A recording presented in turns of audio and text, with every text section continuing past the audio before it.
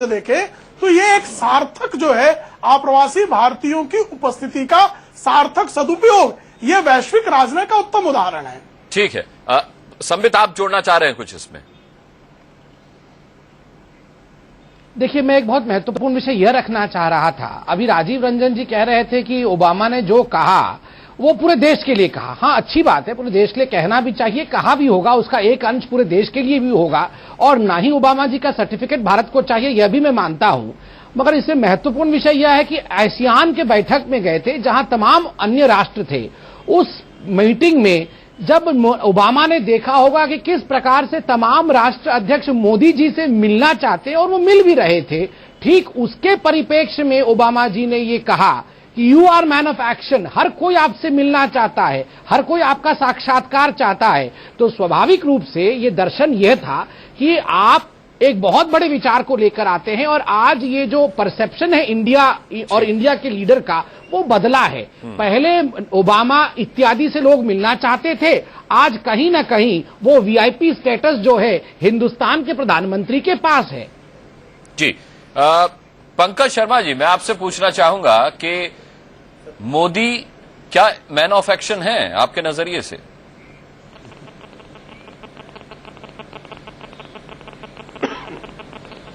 Man of action जरूर है, क्यों नहीं है, मैन ऑफ एक्शन है। जो सामाजिक ध्रुवीकरण हुआ मोदी जी के केंद्र की राजनीति में अवतरित होने के बाद पिछले 1 साल में, मैन ऑफ एक्शन है। गुजरात के दंगों में जो हुआ, मैन ऑफ एक्शन है, बिल्कुल मैन ऑफ एक्शन है। आज 9 राज्यों में भारतीय जनता पार्टी की सरकार है, से बाहर निकलेंगे आप लोग। 51 मंत्री हैं इन 9 राज्यों में, जिनमें भारत की 1/3 आबादी रहती है।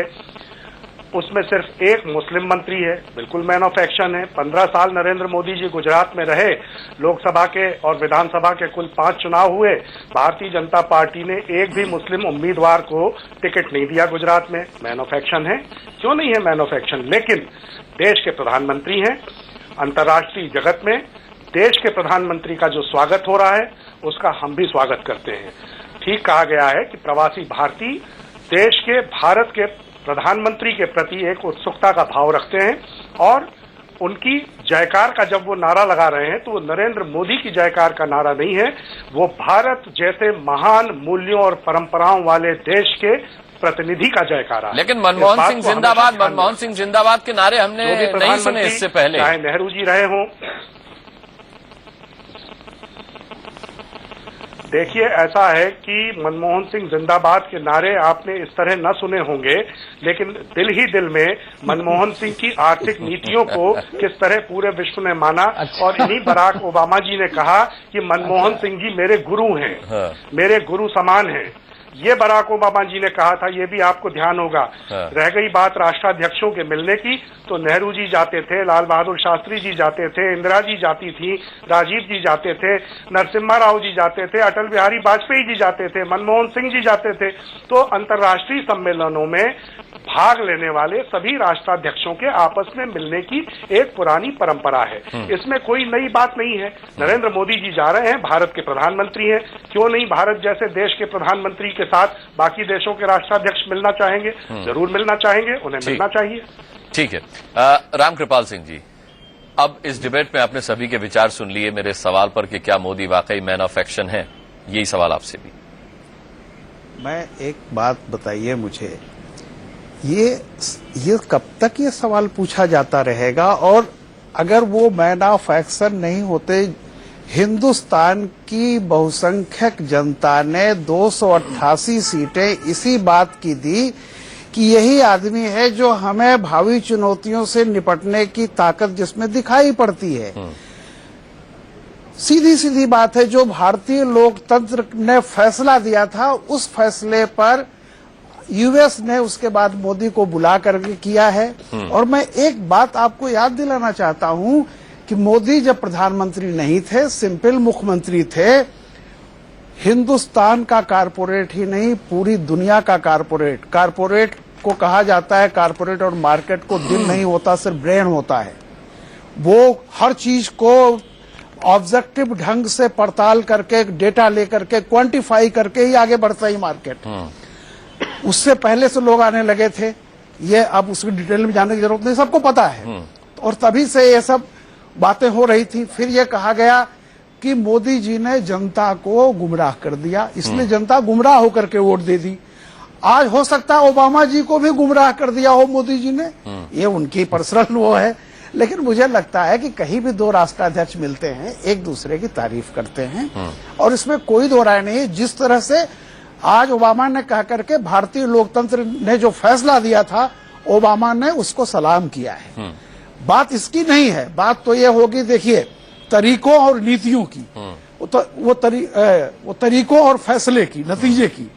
तो अभी बात तरीके की है। एक चीज तो दिख ही रही है कि जो फैसले उन्होंने अब तक लिए हैं, जो कारपोरेट वर्ल्ड की रिपोर्ट्स छन छन कर जाती है, समझ लीजिए अमेरिका एक ऐसा देश है, कोई चीज हवा में नहीं बोलता है, कि आने जो पॉलिसीज हैं, जो संकेत मिल रहे हैं, वो किस तरफ जा रहे हैं। वर्तमान का नॉलेज है इस आदमी को ऑब्जेक्टिव कंडीशंस का, और भविष्य की चुनौतियों को समझने वाला है कि नहीं है, इस बात का रिकॉग्निशन है। अगर ओबामा ने कहा है तो हमें एक राष्ट्राध्यक्ष की तारीफ हो रही, जाहिर सी बात है, उसमें देश कहीं अलग नहीं होता। वो मोदी इसीलिए हैं कि वो देश के हैं, और वो देश की ही इज्जत है। और हर राष्ट्राध्यक्ष किसी की बुराई थोड़ी करता है। कोई दो राष्ट्राध्यक्ष मिले हों, मुझे बताइए, जब एक कहता होगा आप बड़े निकम्मे हैं, या आपने ठीक काम नहीं किया, अपने मुल्क में ठीक काम नहीं कर रहे हैं, ऐसा कहीं नहीं होता है। तो मेरा कहना है कि ये कोई विवाद का विषय नहीं है, इसमें इसको पार्टी लाइन से ऊपर उठ करके देखना चाहिए कि ये भारत क्या सम्मान की बात है, उसका प्रतीक मोदी जी हैं। तो फिर पार्टी लाइन से ऊपर उठकर पंकज शर्मा आप क्यों नहीं देख पा रहे हैं? आप क्यों एक सीमित परिभाषा मैन ऑफ एक्शन की समझ रहे हैं? आप लोगों की तरफ से हमेशा कहा जाता रहा कि भाई मोदी बोलते बहुत ज्यादा है, एक्शन नहीं करते। अब तो ओबामा को भी दिख रहा है कि मोदी मैन ऑफ एक्शन है।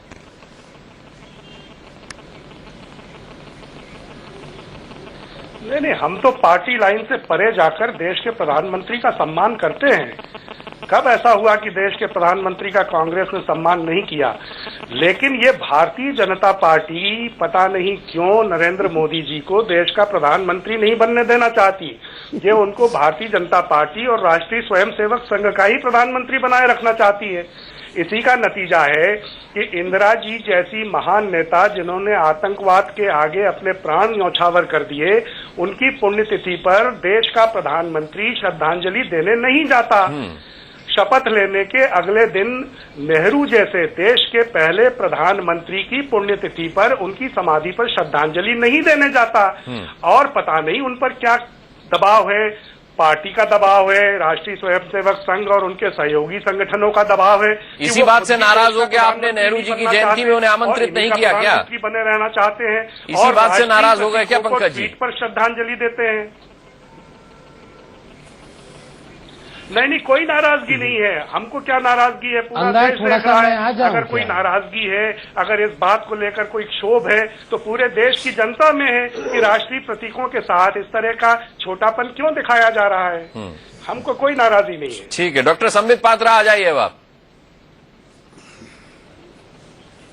हाँ, मैं ये बोल रहा था, देखिए ये एक दो दिन से जो चल रहा है, नेहरू जी का चल रहा है, इंदिरा जी के विषय में बात हो रही है, इनको बड़ा डर है कि कहीं हम इनके बड़े बड़े लोगों को चुरा के ना ले जाए। चलिए, मैं तो कह रहा हूं, इतिहास से भले ही चुरा ले, मगर मैं आश्वस्त कर रहा हूं आज इंडिया न्यूज के माध्यम से। नहीं, अगर वो डर भी रहे तो हम राहुल गांधी नहीं, अगर संबित पात्रा वो डर भी रहे तो उनका डर भी जायज है। नेहरू जैकेट को मोदी जैकेट बना दिया मोदी साहब ने। नहीं, हम कुछ भी चुरा लें, वो तो इतिहास था, वो तो जो भी है, मगर हम राहुल जी को नहीं चुराएंगे। विरासत है, आप इनको क्या चुराएंगे? आपकी जो इतिहास आपका है, जो परंपराएं आपकी हैं, पंकज जी प्लीज, हम राहुल जी को नहीं लेंगे। चल रहे हैं, आप इन्हें कैसे चुराएंगे? हम राहुल जी को नहीं लेंगे, आप घबराइए मत। हुए राष्ट्रीय आप घबराइए मत, आप चुरा पाएंगे, कोई डर नहीं है हमें इस बात का। आप अपने जो प्रतीक हैं, घबराइए मत, राहुल जी आप ही के हैं, आपके थे, बड़ी भारी भूल कर रहे हैं और देश की जनता देख रही है इस बात को। ठीक बात है। नहीं, पंकज जी इतना परेशान मत होइए, आप घबराइए मत। राहुल जी आप ही के थे, आप ही के हैं और आप ही के रहेंगे। एक दिन भी हम उनको नहीं चुराएंगे। और बिल्कुल आप रखिए उनको। और देखिए, आपके पास भविष्य नहीं है, इतिहास पे जी रहे हैं। हाँ, आप चुरा सकते हैं। नहीं, हम परेशान बिल्कुल नहीं है। और दूसरी बात, अनुराग, वो तो समय बताएगा कि भविष्य किसके पास है। आप चुराना ही नहीं चाहते राहुल जी को, आप रखिए ना। हाँ, नहीं ठीक है अब हम मुद्दे पर आते हैं आप हाँ, देखिए तो राहुल जी हमारे अभी नेता आज हैं सुबह से और हमें कांग्रेस कह फख्र है रही इस है बात का कि वो बीजेपी हमारे पार्टी के नेता हैं। हाँ तभी तो मैं अरे फख्र करते रहिए, कौन मना कर रहा है? अभी हमें भी फख्र है कि वो आपके नेता हैं, वो तो पूरे हिंदुस्तान की संपदा है, मैं तो मान रहा हूं, वो बहुत बड़े एसेट है, आपको रखना चाहिए, उनको आगे भी बढ़ाना चाहिए। और हाँ, दिग्विजय जी की बात को मानिए, सोनिया जी की जगह उनको बनाइए प्रेसिडेंट, अच्छा होगा। हम और हमें इस बात पर गर्व है कि वो भारतीय जनता पार्टी की तरह झूठ की, नकली सपनों की राजनीति नहीं करते हैं। वही तो मैं बोल रहा हूँ, हमें इस बात पर गर्व है कि वो भारतीय जनता पार्टी की तरह साम दाम दंड भेद की राजनीति नहीं करते हैं। पंकज जी, हम दोनों भाई एक ही चीज बोल रहे हैं, आपकी तरह चुनाव जीतने के लिए, कुर्सी हासिल करने के लिए सामाजिक ध्रुवीकरण की राजनीति नहीं करते हैं। हम दोनों भाई एक ही चीज तो अरे क्यों लड़ रहे हैं? हम दोनों लड़ क्यों रहे हैं जब एक ही चीज बोल रहे हैं? हम दोनों ही बोल रहे हैं राहुल जी बहुत महान हैं, उन बहुत बड़ी संपदा है वो, और वो जो है आपके अध्यक्ष बनने चाहिए। आप भी वही बोल रहे हैं, मैं भी बोल रहा हूं, क्यों लड़ रहे हैं फिर?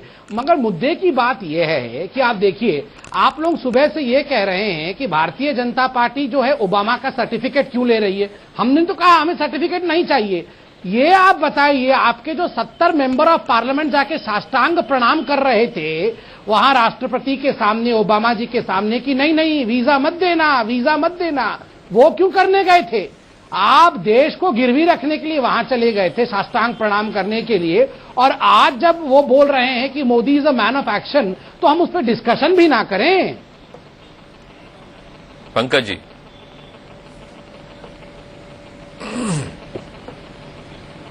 नहीं करिए, खूब डिस्कशन करिए, डिस्कशन से कहाँ इनकार है। ये मोदी जी से पूछा जाना चाहिए कि उन्होंने गुजरात के दंगों के मामले में क्या किया। इस देश की सर्वोच्च अदालत गुजरात से बाहर आ जाइए, मोदी जी भी गुजरात से बाहर, अब हिंदुस्तान गुजरात से बाहर चलाइए, गुजरात से बाहर चलाइए। ये उनके गुजरात से बाहर आइए प्लीज, वहां मोडवाडिया जी बैठे हैं, आप आइए बाहर। प्रेम शुक्ला जी, कांग्रेस की तरफ से हमेशा एक ही तरह की आवाज उठी है, मोदी इस पूरी देश की जनता को एक साथ लेकर चलने की बात कर रहे हैं, विकास की बात कर रहे हैं, लेकिन कांग्रेस गुजरात से बाहर नहीं निकल पाई है।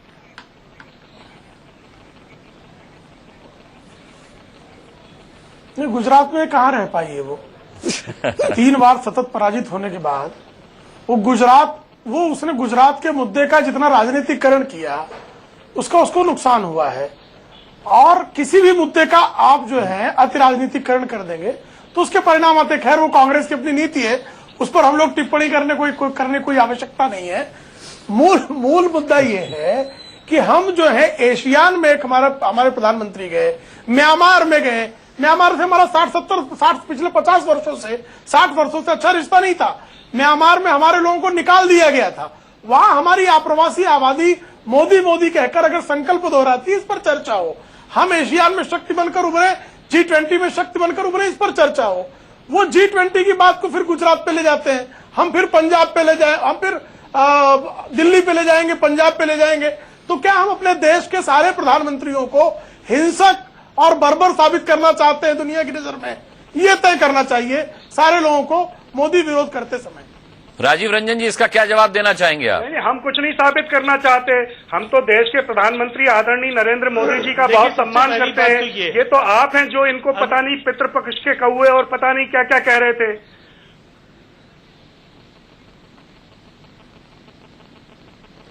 अब अनुराग जी, मैं बोलूं, और विदेश दौरे के समय कहना, कम से कम दोनों प्रसंगों का अंतर तो राजनीति में समझना आवश्यक है। ठीक है, राजीव रंजन जी। मुझे ऐसा लगता है कि जब आज आप नेहरू बनाम मोदी आज इस बहस को कर रहे हैं, तो इसे थोड़ा, इसको एक बड़े दायरे में लाइए। और जब नेहरू पर तो अभी डिबेट शुरू ही नहीं की मैंने, डॉक्टर समीत पात्रा जी ने की, मैं उनसे एक बात कहना चाहता हूं। देश की आजादी के बाद जब हम काफी गरीबी और फटेहाली से जूझ रहे थे, तब पंडित नेहरू, सादात और मार्शल टीटो जैसे दुनिया के बड़े कद्दावर नेता थे, और उन्होंने रूस, सोवियत संघ और अमेरिका के खिलाफ तीसरी दुनिया की अगुवाई की थी, और काफी चमकदार व्यक्तित्व था। और ये जो राजनेताओं की हैसियत थी आज के राजनेताओं से बहुत ही बड़ी थी। श्रीमती इंदिरा गांधी के दौर में भी आपको अगर याद होगा तो जो उनके रिश्ते थे, जिस तरीके से एक तरफ वो फिदेल कास्ट्रो, दूसरी तरफ यासिर अराफात, वो भी दुनिया का एक कठिन दौर था। तो आज तो हिंदुस्तान ने जो कुछ हासिल किया है, आज तो पूरी दुनिया में आज हिंदुस्तान की इतनी बड़ी हैसियत है कि आप उसको नकार नहीं सकते हैं। आज आपके यहां से निकल करके बॉबी जिंदल जाते हैं, वो किसी अमेरिका के किसी स्टेट के गवर्नर होते हैं, आपके यहां से कोई निकल करके कनाडा में जाता है तो ब्रिटिश कोलंबिया का प्राइम मिनिस्टर होता है।